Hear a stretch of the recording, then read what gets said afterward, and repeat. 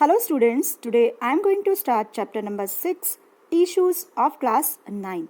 तो स्टूडेंट्स हमने बायो का ही क्लास 9 का एक चैप्टर पढ़ा था फंडामेंटल यूनिट ऑफ लाइफ। तो फंडामेंटल यूनिट ऑफ लाइफ में हमने देखा था कि जो सेल्स होते हैं वो स्ट्रक्चरल एंड फंक्शनल यूनिट होते हैं लाइफ का, क्योंकि सेल नहीं होंगे तो ह्यूमन बीइंग भी नहीं होगा, क्योंकि ह्यूमन बीइंग या फिर प्लांट्स या हर चीज़ एक सेल से मिलकर बनती है जो लिविंग ऑर्गेनिजम्स होते हैं, राइट। तो cell is the basic and structural unit of life. तो अगर हम सेल्स को ग्रुप कर दे, मतलब सेल्स को हम इकट्ठा कर दे, तो ये सेल्स क्या बना देते हैं, टिश्यू को, यानी ग्रुप ऑफ सेल्स क्या क्रिएट कर देते हैं, टिश्यू, और ग्रुप ऑफ टिश्यूज बना देते हैं ऑर्गन्स को, right, and group of organs बना देते हैं ऑर्गन सिस्टम को, और फिर बन जाता है एक ऑर्गेनिज्म। तो अगर हम हायरार्की देखें तो हम क्या देखते हैं, सेल बेसिक यूनिट है, ग्रुप ऑफ सेल से टिश्यू बन गया, ग्रुप ऑफ टिश्यू से ऑर्गन बन गए, ग्रुप ऑफ ऑर्गन से ऑर्गन सिस्टम बन गया, उसके बाद ऑर्गेनिज्म बन गया, राइट। तो इस चैप्टर में हम पढ़ने वाले हैं टिश्यू के बारे में, राइट। तो देखते हैं टिश्यूज है क्या एक्चुअल में। जैसा कि मैंने बताया कि अगर हम सेल्स को एक ग्रुप में जोड़ दें, राइट, कुछ स्पेशलाइज्ड फंक्शन को परफॉर्म करने के लिए, तो हम उसे कहेंगे टिश्यू। आई होप क्लियर हो गया होगा आपको। The cell which are specialized in function are group together and form a particular type of tissues.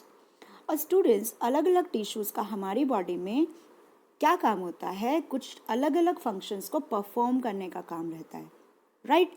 तो इस तरह से हम देखते हैं कि जो टिश्यूज़ का होता है हमारे लिए बहुत ही ज़्यादा इम्पॉर्टेंट रोल होता है। ये प्रोटेक्शन में काम करता है, कंट्रोल एंड कोऑर्डिनेशन में काम करता है, ट्रांसपोर्टेशन में काम करता है, कि जैसे ब्लड को ट्रांसपोर्ट करना, ब्लड भी एक टिश्यू है ना।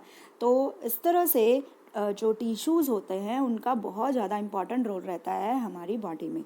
बहुत सारे फंक्शंस ये परफॉर्म करता है। जैसे अगर हमने खाना खाया, फूड को इनटेक किया, तो फिर डाइजेशन होगा, फिर फर्दर एक्सक्रीशन होगा, इस तरह से अलग अलग ये फंक्शंस को परफॉर्म करता है। आई होप आपको टिश्यूज़ का जो बेसिक इंट्रोडक्शन है वो समझ आ गया होगा। अब प्लांट में अलग तरह के टिश्यूज़ होते हैं, एनिमल्स में अलग तरह के टिश्यूज़ होते हैं। अब इस चैप्टर में आगे हम पढ़ेंगे प्लांट टिश्यू के बारे में। तो जो प्लांट टिश्यूज़ होते हैं इनमें फर्दर 2 कैटेगरीज होती हैं, जैसे meristematic tissue number 1 and permanent tissue number 2, right. तो प्लांट टिश्यूज़ क्लासीफाई किए गए हैं 2 कैटेगरी में, meristematic tissues and permanent tissue. तो ये मेरिस्टेमेटिक टिश्यूज़ क्या होते हैं और इनके फर्दर कितने टाइप्स होते हैं, सबसे पहले करते हैं इनको डिस्कस। तो you have all seen that plants have a tendency to grow and keep growing throughout their life. सभी को पता है कि जो प्लांट्स होते हैं ये ग्रो करते रहते हैं through out life, and this is because ये कैसे ग्रो करते हैं, ये ग्रो करते हैं कुछ सर्टेन सेल्स की हेल्प से, टिश्यूज़ की हेल्प से, कि वो क्या करते हैं, जो मेरिस्टेमेटिक टिश्यूज़ होते हैं ना, इनका मेन काम होता है सेल्स को डिवाइड कर देना, राइट। तो ये न्यू सेल्स को मतलब डिवाइड करते रहते हैं थ्रू आउट लाइफ। तो डिवाइड करेंगे तभी तो ग्रोथ होगी, राइट। तो मेरिस्टेमेटिक टिश्यू का काम होता है सेल्स को डिवाइड करना, राइट। तो they formed of cells that have the ability to divide continuously throughout their life and help in increasing the length and girth of the plant। तो वो कहता है कि ये प्लांट की ग्रोथ में और उसकी लेंथ को बढ़ाने में हेल्प करता है, क्योंकि मेरिस्टेमेटिक टिश्यू का काम होता है कंटिन्यूसली डिवाइड करना सेल्स को, राइट। आई होप आपको समझ आ गया होगा। अब देख लेते हैं इसके स्ट्रक्चर के बारे में। तो स्टूडेंट्स, का स्ट्रक्चर जो होता है, इसका शेप, जो मेरिस्टेमेटिक टिश्यूज़ होते हैं ये स्फेरिकल शेप में भी पाए जाते हैं, ओवल में भी, पॉलीगोनल में भी और रेक्टेंगुलर शेप में भी मिल सकते हैं। और एक बहुत ही इंपॉर्टेंट, जो मेरिस्टेमेटिक सेल्स होते हैं ना, कॉम्पैक्टली अरेंज रहते हैं। आप देख पा रहे हैं कि 2 सेल्स के बीच में बिल्कुल भी स्पेस नहीं है, ये कॉम्पैक्ट जुड़े हुए हैं एक दूसरे के साथ, राइट। और जो इनकी सेल वॉल्स होती है ये बहुत थिन होती है, सेल्यूलोज की बनी होती है, राइट। एंड जो मेरिस्टेमेटिक टिश्यूज़ होते हैं ये बहुत डेंस होते हैं। इसके अंदर साइटोप्लाज्म होता है, लार्ज न्यूक्लियस रहता है। जैसे कि आप देख पा रहे हैं ये ब्लैक कलर का, ये ब्राउन कलर का बना हुआ ये होता है न्यूक्लियस।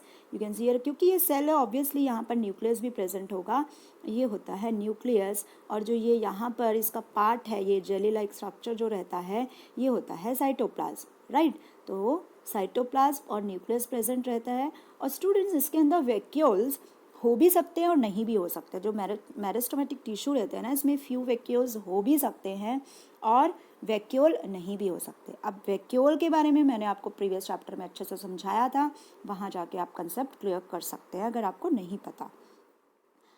नाउ अक्रेंस, अब ये कहाँ होता है एक्चुअल में? जो मेरिस्टेमेटिक टिश्यूज होते हैं ना, ये 3 तरीके के होते हैं।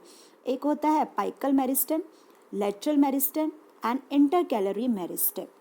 तो जो अपाइकल मेरिस्टेम है ना, ये एपेक्स में पाया जाता है। एपेक्स यानी टिप, एपेक्स मतलब टिप। तो जो अपाइकल होता है फर्स्ट वाला, जो अपाइकल मेरिस्टेम है, ये एपेक्स में पाया जाता है, टिप में। आप देख पा रहे हैं कि जैसे ये स्टेम की टिप है या फिर ये रूट की टिप में भी पाया जाता है। जड़ों की भी तो टिप होती है ना, वहाँ पे भी पाया जाता है। तो अगर स्टेम की टिप होगी तो हम उसको ये बोलेंगे स्टेम। यहाँ पर देखिए आप, जो अगर स्टेम की टिप है अपेक्स जिसको हम कह रहे हैं, उसको शूट अपेक्स बोलेंगे अगर स्टेम की टिप है। और अगर रूट की टिप है तो रूट अपेक्स बोलेंगे। तो ध्यान रखेंगे, यहाँ पर पूछ सकते हैं हमसे। और ये कहाँ पे प्रेजेंट होता है? Tip of stems and roots में। और फंक्शन क्या होता है स्टूडेंट? इसका फंक्शन होता है हाइट, प्लांट की हाइट को बढ़ाना। जैसे कि आप देख पा रहे हैं यहाँ पे डायग्राम में, यहाँ पर ये टिप पे प्रेजेंट है इधर, और रूट की भी टिप होगी, वो टिप पर प्रेजेंट रहेगा अपाइकल मेरिस्टेम। और अगर स्टेम की टिप पर होगी तो shoot tip, shoot apex, and अगर रूट की टिप पर होगा तो रूट अपेक्स उसको कहेंगे। तो ये था अपाइकल मेरिस्टेम। अब लेटरल मेरिस्टेम की अगर बात करें तो आप देख पा रहे हैं ये साइड में ये बना हुआ है यहाँ पर, राइट। तो ये होता है हमारा लेटरल मेरिस्टेम। ये बिल्कुल लास्ट में या साइड्स में बना है। इसका काम होता है थिकनेस को बढ़ाना, डायमीटर को बढ़ाना प्लांट का। तो लेटरल मेरिस्टेम को देखिए यहाँ पर, लेटरल मेरिस्टेम का क्या काम होता है? सबसे पहले तो ये बीनीथ में नीचे पाया जाता है, बाकी एंड कॉल्ड कॉक कैम्बियम भी बोला जाता है इसको। एंड इसका फंक्शन होता है इंक्रीज इन डायमीटर, वही थिकनेस को बढ़ाना। अब इंटरकैलरी मेरिस्टेम क्या होता है स्टूडेंट? ये बेस ऑफ लीव्स में प्रेजेंट होता है। सपोज यहाँ से ब्रांच निकल रही है लीव्स की, ठीक है, तो यहाँ ये नोड्स में पाया जाता है। अगर ये ब्रांच निकल रही है तो ये नोड्स में पाया जाता है, और इन दोनों की लेंथ को बढ़ाने का, इनकी ब्रांचेस को बढ़ाने का काम होता है इसका इंटरकैलरी का। तो the located at the base of leaves at internodes, इसको इंटरनोड्स भी बोला जाता है। And its function is to increase the number of branches, इनका फंक्शन होता है नंबर ऑफ ब्रांचेस को बढ़ा देना, इस तरह से नंबर ऑफ ब्रांचेस को बढ़ा देना।